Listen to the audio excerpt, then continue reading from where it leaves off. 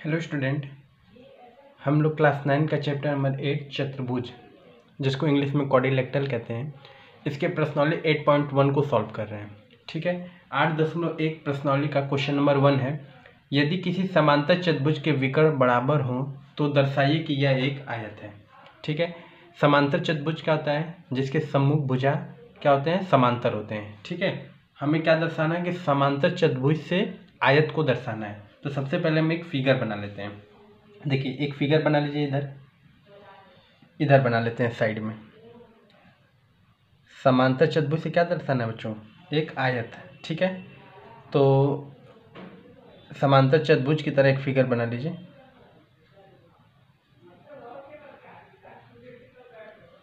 ये समांतर चतुर्भुज हो गया, जिसका नाम रख देते हैं ए बी सी और डी। ठीक है, समांतर चतुर्भुज दिया है। अब इसके हम ये विकर्ण को खींच देते हैं। ये क्या है बच्चों? समांतर चतुर्भुज का विकर्ण। समांतर चतुर्भुज है तो ये भुजा इसके समांतर, ये भुजा इसके समांतर, और क्या होती है? बराबर भी होती है। ठीक है, तो हमें शो करना है यदि किसी समांतर चतुर्भुज के विकर्ण बराबर हो तो, मतलब हमको ये दिया है कि समांतर चतुर्भुज के विकर्ण बराबर है, AC बराबर BD। ठीक है, ये दिया है तो दर्शाइए कि यह एक आयत है।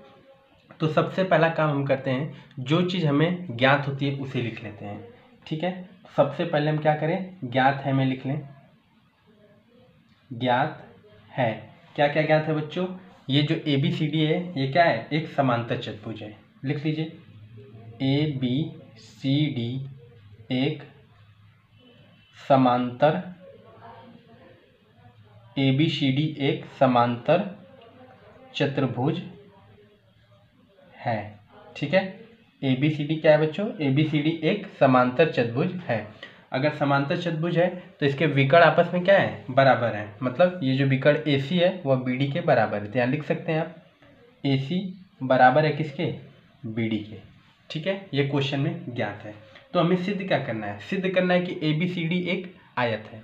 आपको पता होना चाहिए कि अगर समांतर चतुर्भुज और आयत में कोई अंतर नहीं है, सिर्फ एक अंतर है जो समांतर चतुर्भुज आयत को अंतर करता है। समांतर चतुर्भुज के जो प्रत्येक कोण है वह 90 डिग्री के नहीं होते, आयत के प्रत्येक कोण 90 डिग्री के होते हैं। इसका मतलब कि हम समांतर चतुर्भुज के किसी एक कोण को अगर 90 डिग्री सिद्ध कर दें तो वह क्या हो जाएगा? आयत हो जाएगा। तो हमें क्या सिद्ध करना है? सिद्ध करना है क्या चीज? ABCD एक आयत है। ABCD एक आयत है।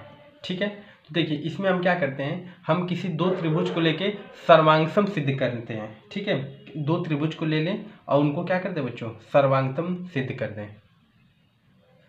ठीक है, तो दो त्रिभुज को ले लेते हैं। पहला त्रिभुज ले लेते हैं ABC, ये त्रिभुज। दूसरा त्रिभुज ले लेते हैं BAD, मतलब समान आधार है।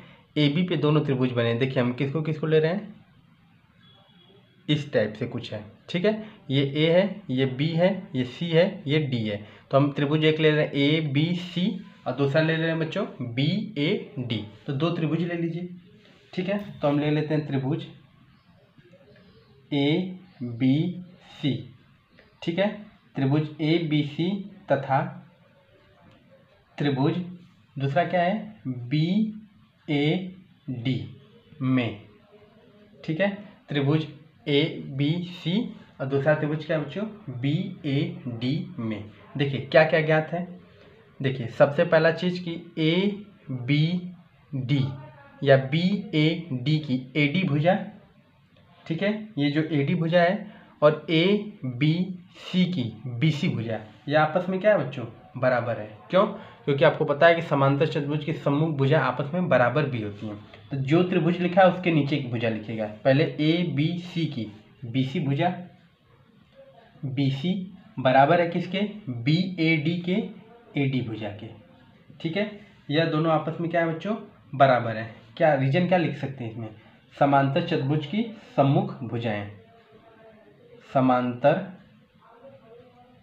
चतुर्भुज ऐसे बना सकते हैं, बार बार लिखने की जरूरत नहीं है। समांतर चतुर्भुज की सम्मुख, समांतर चतुर्भुज की सम्मुख भुजाएं। ठीक है, समांतर चतुर्भुज की सम्मुख भुजाएं क्या होती हैं बच्चों, आपस में बराबर होती हैं। अच्छा, दूसरा चीज़ क्या है, ये देखिए ए बी इसमें भी आ रहा है, ए बी इसमें भी आ रहा है, मतलब A B B A D में भी आ रहा है और ए बी सी में आ रहा है। तो हम यहाँ से क्या लिख सकते हैं, ए बी बराबर है किसके, ए बी। रीजन क्या डाल सकते हैं, कॉमन या उभयनिष्ठ, मतलब यह दोनों में आ रहा है, इसलिए ए बी बराबर ए बी लिख देंगे। ठीक है। अच्छा, विकर्ण आपको बराबर दिया ही है, ए बी सी की ए सी भुजा और बी ए डी की बी डी भुजा, मतलब ए सी बराबर किसके है, बी डी के। ये क्या है, यह ज्ञात है, ज्ञात है। ठीक है। अब देखिए तीन चीज मिल गई, साइड साइड साइड, मतलब साइड साइड साइड। तो साइड साइड साइड भुजा से यह दोनों त्रिभुज क्या हो गए बच्चों, सर्वांगसम हो गए। ठीक है। तो हम यहाँ लिखेंगे त्रिभुज ए बी सी सर्वांगसम है त्रिभुज बी ए डी के, किस नियम से, साइड साइड साइड नियम से। ठीक है, साइड साइड साइड नियम से यह दोनों त्रिभुज क्या हो गए बच्चों, आपस में सर्वांगसम हो गए। ठीक है। अगर दोनों त्रिभुज अगर सर्वांगसम हो गए तो हम लिख सकते हैं ए बी सी का एंगल बी और बी ए डी का एंगल ए, यह दोनों आपस में क्या हो जाएंगे, बराबर हो जाएंगे। तो यहाँ लिख सकते हैं ए बी सी का एंगल बी और ए बी ए डी का एंगल ए, यह दोनों आपस में क्या हो गए बच्चों, बराबर हो गए। किस नियम से, सी पी सी टी से। मैंने बताया था कि जब कोई भी त्रिभुज सर्वांगसम हो जाते हैं तो उसके बाकी जितने भी भुजा जितने भी कोण हैं सब आपस में बराबर हो जाएंगे, किस नियम से, सी पी सी टी नियम से। ठीक है। तो सी पी सी टी नियम से यह दोनों कोण आपस में क्या हो गए, बराबर हो गए। ठीक है। हमें क्या सिद्ध करना था, यदि किसी समांतर चतुर्भुज के विकर्ण बराबर हो तो दर्शाइए कि वह एक आयत है। ठीक है, इतना वर्क हो गया, सभी लोग इसको नोट कर लीजिए। अब देखिए ये समांतर चतुर्भुज है, मतलब ये समांतर लाइन है और ये तिर्यक रेखा का काम कर रहा है। ठीक है। और आपको पता है कि समांतर चतुर्भुज, जैसे अगर ये दो लाइन समांतर है और एक तिर्यक रेखा कट कर रही है, तो तिर्यक रेखा के एक ही ओर के अंतः कोणों का योग कितना होता है बच्चों, 180 डिग्री होता है। कितना होता है, 180 डिग्री। मतलब मैं यहाँ छोटा सा फिगर बना भी सकता हूँ अगर आपको समझना है तो। जैसे देखिए ये ऐसे है, ऊपर वाला नहीं बना रहे हैं, सिर्फ ये था ए, ये क्या है बी। ठीक है, या इसको भी बना ही लीजिए, ये क्या है डी और ये सी, तो ये इसके समांतर है और ये कैसा काम कर रहा है, तिर्यक रेखा का। तो आपको पता है इसको आगे ऐसे बढ़ाया ही जा सकता है। तो समांतर चतुर्भुज के एक ही ओर के अंतः कोणों का योग कितना होता है, 180 डिग्री। तो इसका मतलब angle A plus angle B, अगर इनको जोड़ा जाए, angle A plus angle B, ये कितना होंगे, 180 डिग्री होंगे। रीजन क्या लिखेंगे, समांतर चतुर्भुज के एक ही ओर के अंतः कोणों का योग, या इसको शॉर्ट में लिख सकते हैं स अंतः कोण। क्या लिख सकते हैं, स अंतः कोण। स अंतः कोण से ये आपस में क्या हो जाएंगे, बराबर हो जाएंगे। ठीक है। तो angle A plus angle B बराबर 180 डिग्री। अच्छा, यह दोनों एंगल आपस में कैसे हैं, बराबर हैं। तो दोनों की जगह चाहे एंगल ए की जगह ए लिख दें, चाहे बी की जगह एंगल ए लिख दें। ठीक है। तो देखिए angle A plus angle A equal to 180 degree. ऐसा कैसे लिख पाए, क्योंकि एंगल ए बराबर किसके है, एंगल बी के। अभी हमने सिद्ध भी किया है। देखिए एंगल ए कितना एंगल है, 2 angle A equal to 180 degree. तो एंगल ए कितना हो जाएगा बच्चों, 180 डिग्री अपॉन 2, इसको कैंसिल करेंगे तो एंगल ए कितना आ जाएगा, 90 डिग्री। देखिए तो हमने बोला था ना कि किसी भी समांतर चतुर्भुज के अगर एक भी कोण को अगर आप 90 डिग्री सिद्ध कर देते हैं तो वह समांतर चतुर्भुज किस में बदल जाएगा, वह समांतर चतुर्भुज किस में चेंज हो जाएगा, आयत में चेंज होगा। देखिए एंगल ए 90 है तो एंगल ए एंगल बी आपस में बराबर था, एंगल ए 90 तो एंगल बी भी क्या हो जाएगा, 90 डिग्री। इसका मतलब कि हम यहाँ से कह सकते हैं अतः ए बी सी डी एक आयत है। यहाँ से हम कह सकते हैं अतः ए बी सी डी एक आयत है। सभी लोग इसको नोट कर लिए अच्छे से। इस तरीके से हम लोग इस क्वेश्चन को सॉल्व कर लिए।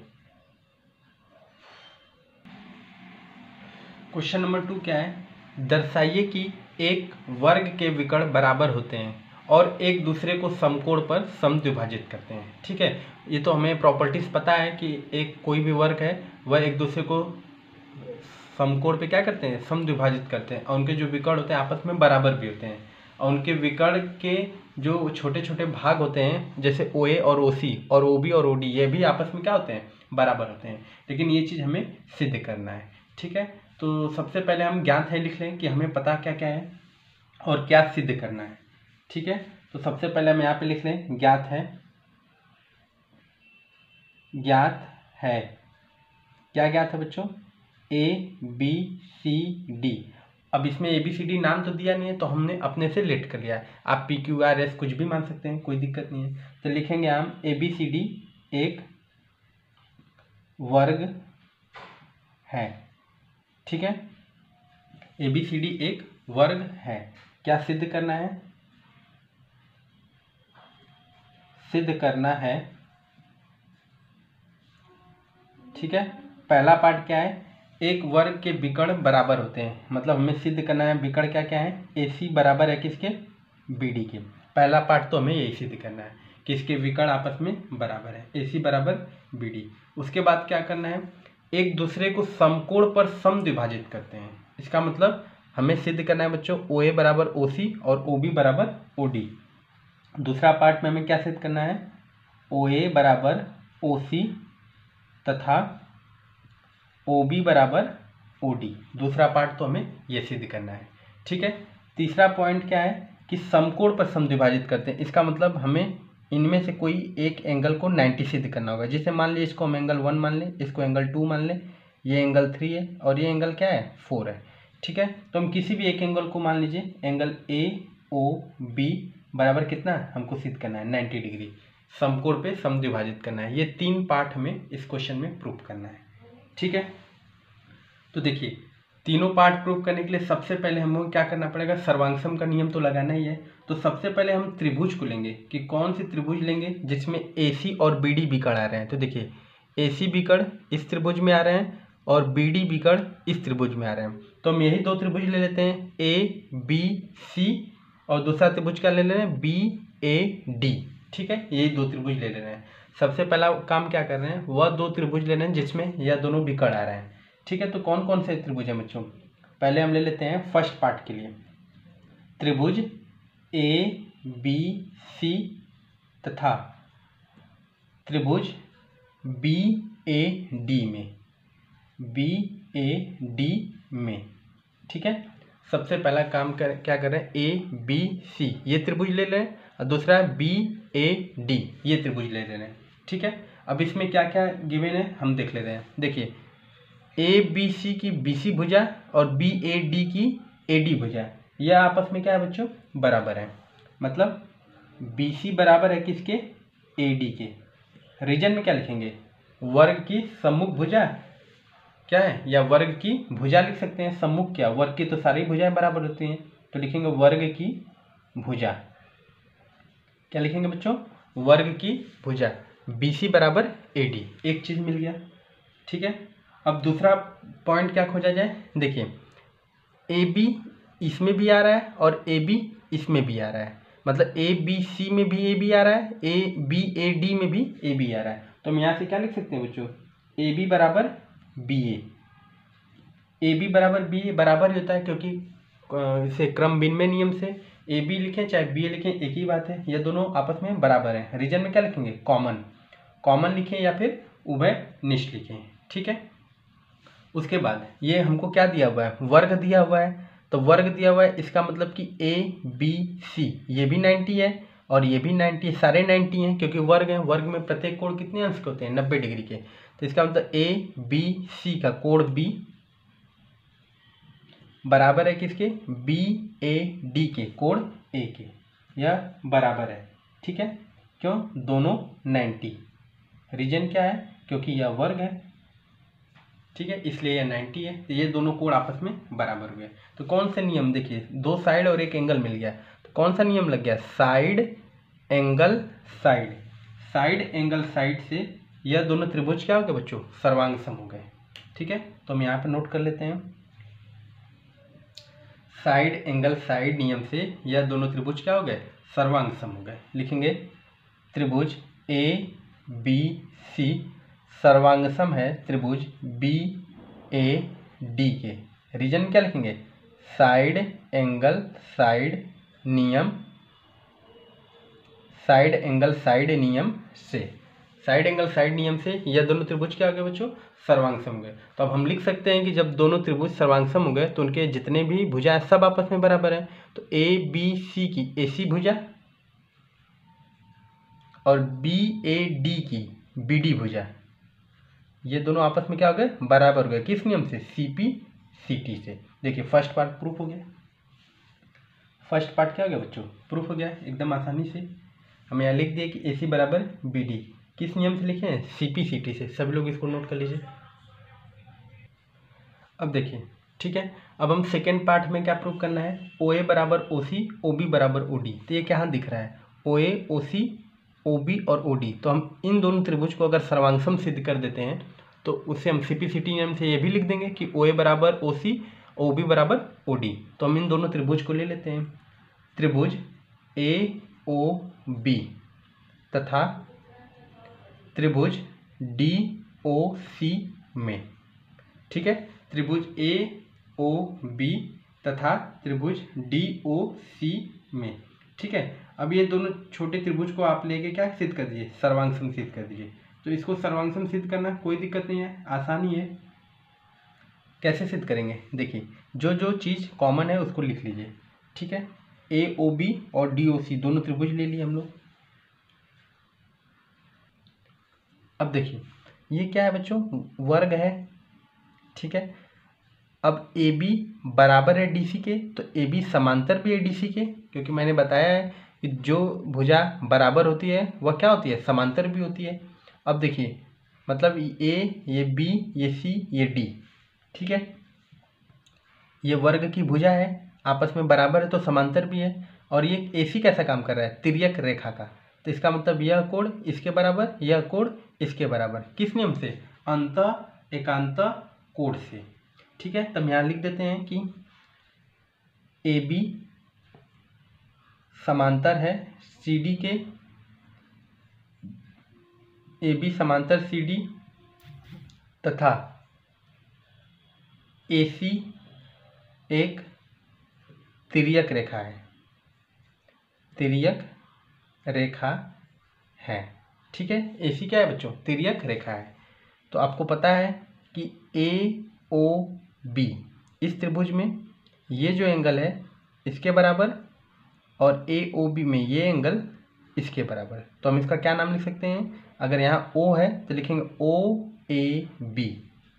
ठीक है, AOB में लिखेंगे एंगल OAB बराबर है किसके, OAB बराबर है OCD के, एंगल OCD के। रीजन क्या लिखेंगे, अंत एकांत कोण। ठीक है, अंत मतलब अंदर, एकांतर कोण, अंत एकांत कोण से ये क्या हो गया बच्चों, बराबर हो गए। ठीक है, एक चीज तो ये हो गया। दूसरा ABO, एंगल ABO ये जो एंगल है यह बराबर किसके है, इसके। इसका नाम क्या लिखेंगे, COD लिखें या ODC लिखें, कुछ भी लिख सकते हैं। तो एंगल ODC, बस एंगल D कहाँ आना चाहिए, बीच में। ये भी क्या है, अंत एकांतर कोण से क्या हो जाएगा बच्चों, बराबर हो गया। ठीक है, ये भी अंत एकांतर कोण से क्या हो गया, बराबर हो गया। ठीक है, ये मिल गया। अच्छा, ये दो चीज, दो एंगल मिल गए। अच्छा, AB बराबर किसके है, DC के, क्यों, वर्ग की भुजा। तो क्या लिखेंगे, AB जो है वह बराबर है किसके, CD के। ठीक है, AB बराबर CD। अच्छा, जो त्रिभुज ले रहे हैं वह साइड होना चाहिए उसी के नीचे। देखिए AB इसके नीचे, CD इसके नीचे। क्या लिखेंगे रीजन, वर्ग की भुजा, वर्ग की भुजा आपस में क्या होती है, बराबर होती है। तो इससे क्या हो जाएगा, एंगल AOB किस नियम से सर्वांगसम हो रहा है, देखिए साइड, या ऐसे लिखिए angle side angle, angle side angle, angle side angle से यह दोनों त्रिभुज क्या हो गए बच्चों, सर्वांगसम हो गए। त्रिभुज ए ओ बी सर्वांगसम हो गया त्रिभुज डी ओ सी के। रीजन क्या लिखेंगे, एंगल साइड एंगल नियम से, एंगल साइड एंगल नियम से यह दोनों त्रिभुज क्या हो गए बच्चों, सर्वांगसम हो गए।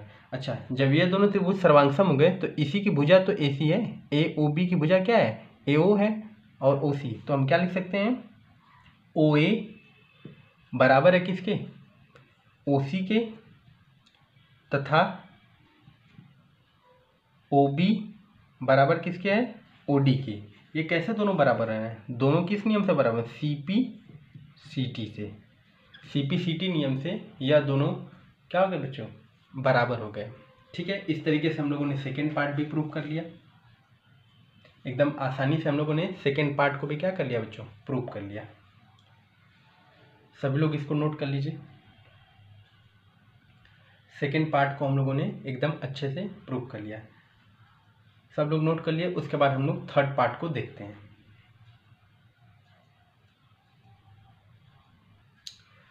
सभी लोग इसको नोट कर लिए। अब देखिए इस पार्ट को हम लोग मिटाते हैं, फर्स्ट वाले पार्ट को हम लोग मिटाते हैं। ठीक है, फर्स्ट वाले पार्ट को हम लोग मिटाते हैं और इसको भी रब कर लेते हैं।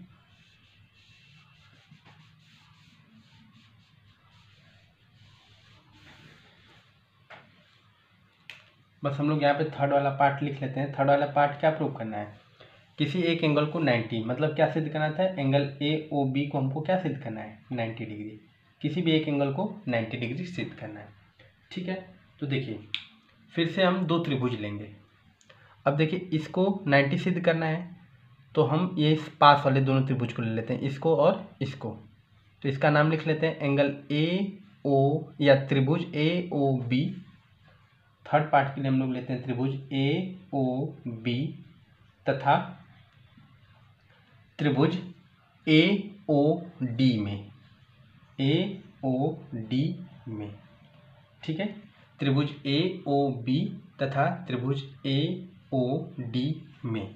देखिए इसमें ए बी बराबर किसके है, ए डी के, ए बी बराबर किसके है बच्चों, ए डी के। रीजन क्या है, वर्ग की भुजा, वर्ग की भुजा, वर्ग की भुजा तो आपस में बराबर होती है। ठीक है, एक चीज हमको मिल गया।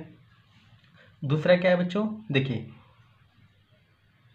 ए बी ये मिल गया, ए ओ कॉमन है, देखिए दोनों में ए ओ आ रहा है, इसमें भी ए ओ इसमें भी ए ओ, तो यहाँ लिख सकते हैं ए ओ बराबर क्या है, ए ओ, क्या चीज़, कॉमन या उभयनिष्ठ लिख सकते हैं, कोई दिक्कत नहीं है, ए ओ बराबर ए ओ। ठीक है, और अच्छा अभी हमने सिद्ध किया है कि ये जो बी ओ है या ओ बी है डी ओ के बराबर है, तो ओ बी लिखें चाहे बी ओ लिखें कोई फर्क नहीं पड़ता, तो बी ओ बराबर ओ डी, बी ओ लिखें चाहे ओ बी लिखें एक ही बात है, बी ओ बराबर ओ डी।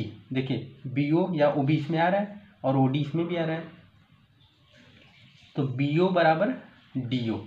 इसको अभी हमने क्या किया, सिद्ध किया है, सिद्ध से अभी हमने प्रूव किया है इस पार्ट को। फिर से देखिए हमको तीन भुजा मिल गई, साइड साइड साइड, मतलब साइड साइड साइड से यह दोनों त्रिभुज क्या हो गया, सर्वांगसम हो गए। तो लिखेंगे त्रिभुज ए ओ बी सर्वांगसम है त्रिभुज ए ओ डी के, किस नियम से, साइड साइड साइड नियम, साइड साइड साइड नियम से यह दोनों त्रिभुज क्या हो गए बच्चों, सर्वांगसम हो गए। तो देखिए जब कोई भी त्रिभुज सर्वांगसम है तो उनके कोण भी आपस में बराबर होते हैं, भुजा भी बराबर होते हैं।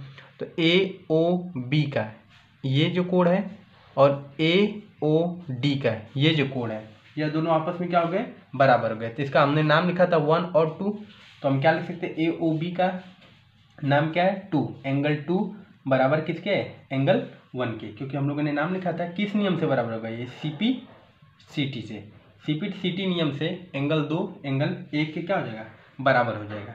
ठीक है, अब देखिए बी डी एक सीधी रेखा है, अब सीधी रेखा पे बना कोण कितने डिग्री का होता है, 180 डिग्री का। तो लिखेंगे चूंकि बी डी एक सीधी रेखा है,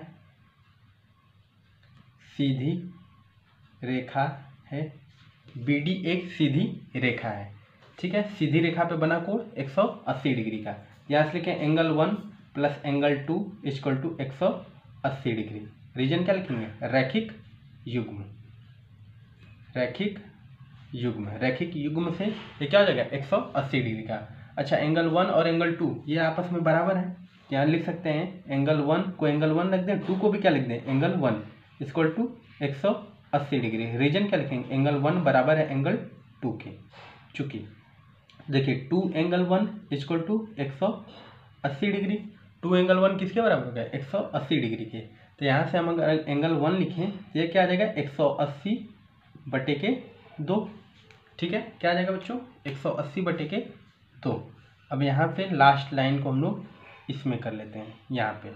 तो देखिए एंगल 1 इज इक्वल टू कितना हो जाएगा 90 डिग्री। एंगल 1 कितना हो गया?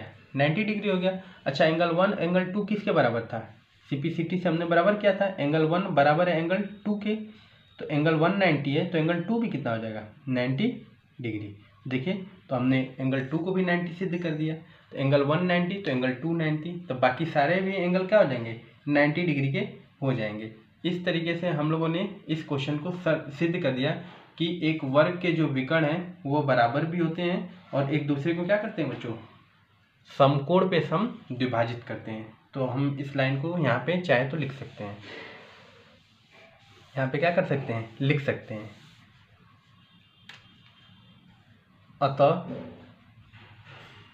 अतः एक वर्ग के विकर्ण, अतः एक वर्ग के विकर्ण बराबर होते हैं, बराबर होते हैं तथा एक दूसरे को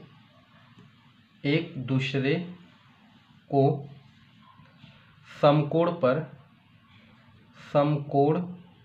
पर समद्विभाजित भी करते हैं। एक दूसरे को समकोण पर समद्विभाजित भी करते हैं।